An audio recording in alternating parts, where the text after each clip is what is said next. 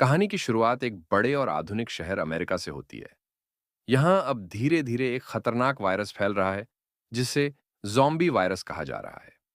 सबसे पहले यह वायरस एयरपोर्ट से शुरू हुआ था और अब यह यहां से पूरे शहर में फैलने लगता है। शुरुआत में लोगों को लगता है कि शायद यह सरकार की कोई साजिश है या कोई अफवाह है, जिससे कोई इस पर यकीन करता है तो कोई इसे मजाक समझता है।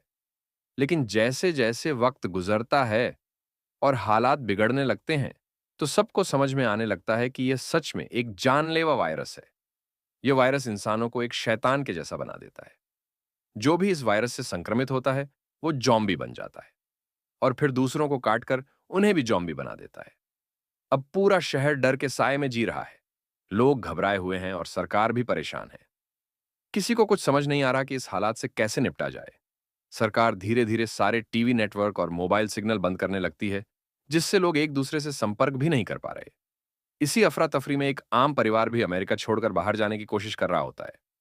इस परिवार में एक छोटी सी बच्ची होती है जिसका नाम एबी गेल है। एबी गेल की मां बहुत परेशान होती है और वह अपने पति से फोन पर बात कर रही होती है। उसका पति एयरफोर्स में पायलट है। वह उसे समझाता है कि वह बच्चों को लेकर अपनी बहन के घर चली जाए और वह कहता है कि यह वायरस बहुत खतरनाक हो गया है, तुम वहां सुरक्षित रहोगी। फिर वह अपनी बेटी एबीगेल से बात करता है और उसे भरोसा दिलाता है कि वे जल्दी मिलेंगे। और फिर वह दिखाता है कि उसने एबीगेल का दिया हुआ लकी ब्रेसलेट पहन रखा है। लेकिन तभी कॉल कट जाता है, क्योंकि अब नेटवर्क आना भी बंद हो चुका है। इसके बाद एबीगेल की मां अपने दोनों बच्चों को लेकर बाहर निकलती है, ताकि वह वहां से भाग सके। लेकिन उन्हें नहीं पता होता कि उनकी यह कोशिश नाकाम होने वाली है। तभी एक ज़ॉम्बी उन पर हमला कर देता है। ज़ॉम्बी पहले एबीगेल की मां को काट लेता है और फिर उसके छोटे भाई को भी। एबीगेल डर के मारे कार के नीचे छुप जाती है और तभी उसकी आंखों के सामने उसकी मां ज़ॉम्बी में बदल जाती है। अब उसकी मां ही उसे काटने की कोशिश करती है। तभी वहां एक बहादुर ऑफिसर कैसियस आता है। वह पहले एबीगेल की मां, जो अब ज़ॉम्बी बन चुकी होती है, उसको मार देता है। फिर उसके छोटे भाई को भी, जो उस वायरस से संक्रमित हो चुका होता है। फिर वह एबीगेल को देखता है, जो बुरी तरह डरी और टूटी हुई होती है। उसको देखकर कैसियस का दिल पिघल जाता है और वह तय करता है कि वह इस मासूम बच्ची को अकेला नहीं छोड़ेगा। फिर एबीगेल कैसियस के साथ रहने लगती है। अब समय बीतता है और धीरे धीरे 10 साल गुजर जाते हैं। एबीगेल अब बड़ी हो गई है। वह अब कोई साधारण लड़की नहीं है, बल्कि एक योद्धा बन चुकी है। कैसियस ने उसे सब कुछ सिखा दिया है। ज़ॉम्बियों से लड़ना, बचना, शिकार करना और खुद को सुरक्षित रखना। एबीगेल भी कैसियस को बहुत सम्मान देती है और वह उसे पिता जैसा मानने लगी है। इन 10 सालों में बहुत कुछ बदल चुका है, लेकिन जिंदगी की यह जंग अभी भी जारी है। अब अमेरिका का वो शहर जो कभी रोशनी से भरा हुआ था, वह पूरी तरह वीरान और सुनसान हो चुका है। हर तरफ बस खामोशी और खौफ का माहौल है। गलियों में अब इंसानों की जगह ज़ॉम्बी घूमते नजर आते हैं। जो कुछ गिनती के लोग अभी भी बचे हैं, वह किसी सुरक्षित जगह की तलाश में इधर उधर भाग रहे हैं। लेकिन इन सबसे अलग कैसियस का एक ही नियम था। अगर जिंदा रहना है तो चलते रहना पड़ेगा। वो एबिगेल को समझाता है कि हम सिर्फ वही खाना खाएंगे जो हम खुद शिकार करेंगे, ताकि हमें किसी संक्रमित चीज से खतरा ना हो। एबिगेल अब भी कैसियस से बहुत कुछ सीख रही थी और कैसियस अब उसे सिर्फ एक बच्ची नहीं, अपनी बेटी की तरह मानने लगा था। उनका एक ही सपना था, एक दूर के आइलैंड तक पहुंचना, जहां शायद अभी तक वायरस नहीं पहुंचा हो। अब रात हो जाती है और कैसियस एबिगेल से कहता है, अब सो जाओ, हमें सुबह जल्दी निकलना है। लेकिन रात के सन्नाटे में अचानक कैसियस की नजर एक ज़ॉम्बी पर पड़ती है, जो उसकी तरफ बढ़ रहा होता है। वह तुरंत उसे मार देता है, जिससे एबिगेल की भी आंख खुल जाती है। कैसियस उसे बताता है, यह ज़ॉम्बी एक स्काउट मेंबर है, मतलब इसके पीछे 24 से 30 और ज़ॉम्बी हो सकते हैं। हमें तुरंत यहां से निकलना होगा। अगली सुबह वे दोनों रेगिस्तान के रास्ते से निकल पड़ते हैं। तभी उन्हें एक कार के पास एक आदमी नजर आता है, जिस पर एक ज़ॉम्बी हमला कर रहा होता है। एबिगेल कहती है, हमें उसकी मदद करनी चाहिए, लेकिन कैसियस उसे रोकता है। अभी नहीं, पहले देखो। हो, पर एबिगेल उसकी बात नहीं मानती और गोली चला देती है। गोली की आवाज सुनकर ज़ॉम्बी और बौखला जाता है और उस आदमी को काट लेता है। कैसियस गुस्से में आकर ज़ॉम्बी को मार देता है और एबिगेल को डांटते हुए कहता है, तुम मेरी बात क्यों नहीं सुनती? अब वो आदमी भी ज़ॉम्बी बन जाएगा। अब उनके पास समय कम है। फिर वे नीचे जाते हैं जहां वो घायल आदमी तड़प रहा होता है। उसके पास एक कार भी होती है। कैसियस एबिगेल से कहता है, कार में जो भी जरूरी चीजें हैं निकाल लो। फिर वह उस आदमी से कहता है, मुझे माफ करना दोस्त, लेकिन तुम्हें मारना पड़ेगा। क्या तुम्हारे मरने के बाद मैं तुम्हारे जूते ले सकता हूं? आदमी हां कहता है और फिर कैसियस उसे गोली मार देता है। तभी उनकी नजर कार के रेडियो पर जाती है जहां किसी की आवाज आ रही होती है। शायद उस घायल आदमी के दोस्त का मैसेज था कि तुम कहां हो, तुम जवाब क्यों नहीं दे रहे? तभी एबिगेल कैसियस से कहती है कि हमें इन्हें बताना चाहिए कि इसके साथ क्या हुआ। लेकिन कैसियस मना करता है, नहीं, हम खतरे में पड़ सकते हैं, हमारे पास ज्यादा गोलियां भी नहीं हैं। लेकिन तभी एक ग्रुप वहां पहुंच जाता है। ये वही लोग थे जिनका मैसेज आ रहा था। उन्हें लगने लगता है कि कैसियस और एबिगेल ने उनके दोस्त को मार दिया है। इस ग्रुप में एक कपल भी है जिनका नाम डेविड और मेगन है। मेघन मां बनने वाली है और उन्होंने इस ग्रुप को पैसे दिए थे ताकि वे उन्हें सुरक्षित जगह तक पहुंचा सकें। कैसियस और एबिगेल उन्हें समझाने की कोशिश करते हैं कि हमने तुम्हारे दोस्त को नहीं मारा, वो जॉम्बी बन चुका था। तभी जॉम्बी का एक बड्ढा झुंड वहां आ पहुंचता है। अब बहुत देर हो चुकी थी। अब सिर्फ दो ही रास्ते बचे थे, या तो लड्ढो या मरो। फिर सब लोग मिलकर जॉम्बी से लड़ने लगते हैं। डेविड भी बाहर आता है और लड़ाई में शामिल होता है।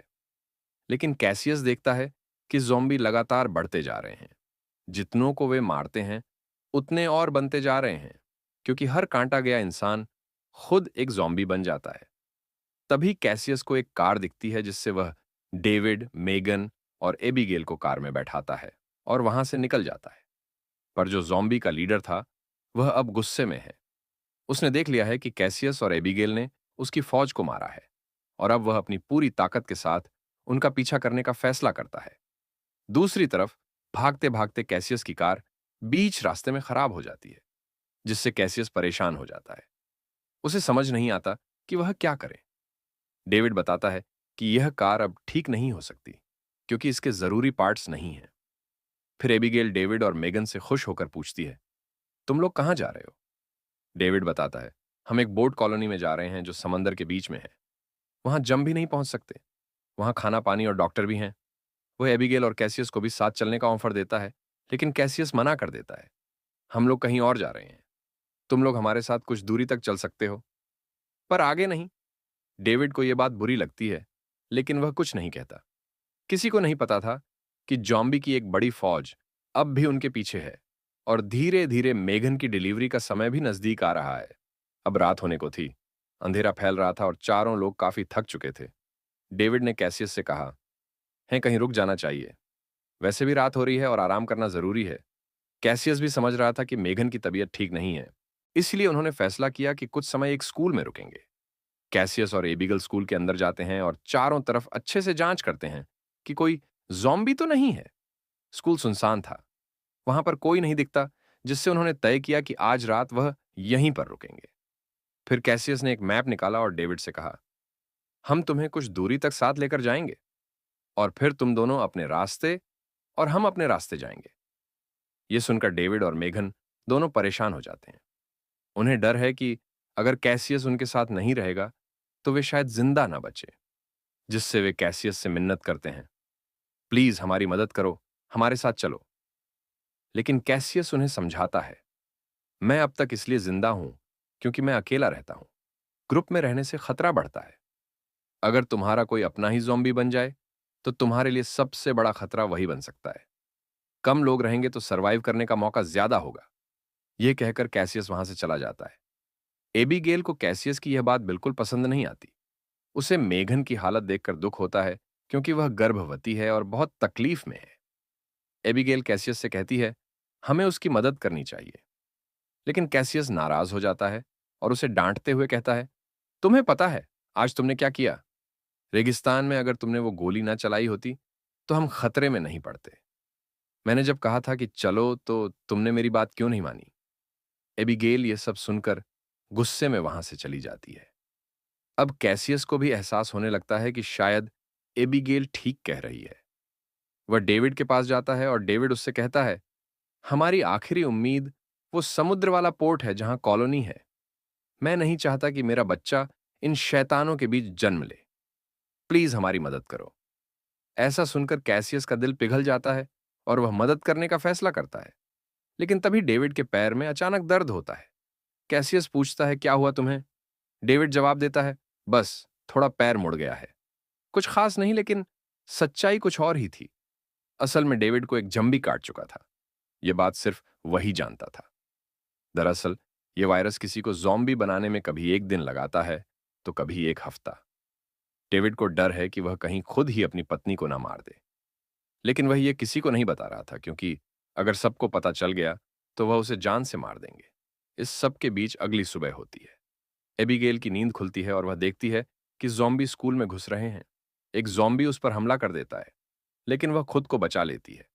फिर दो तीन ज़ॉम्बी और पीछे पड़ी जाते हैं। वह भागती है और तभी कैसियस वहां पहुंच जाता है। दोनों स्कूल से बाहर निकलते हैं। जाते जाते कैसियस स्कूल में डायनामाइट फिट कर देता है। जैसे ही ज़ॉम्बी अंदर आते हैं, वे धमाके में उड़ जाते हैं। लेकिन यह सब देखकर ज़ॉम्बी का लीडर और भी गुस्से में आ जाता है। अब उसका सिर्फ एक ही मकसद है, कैसियस और एबिगिल से बदला।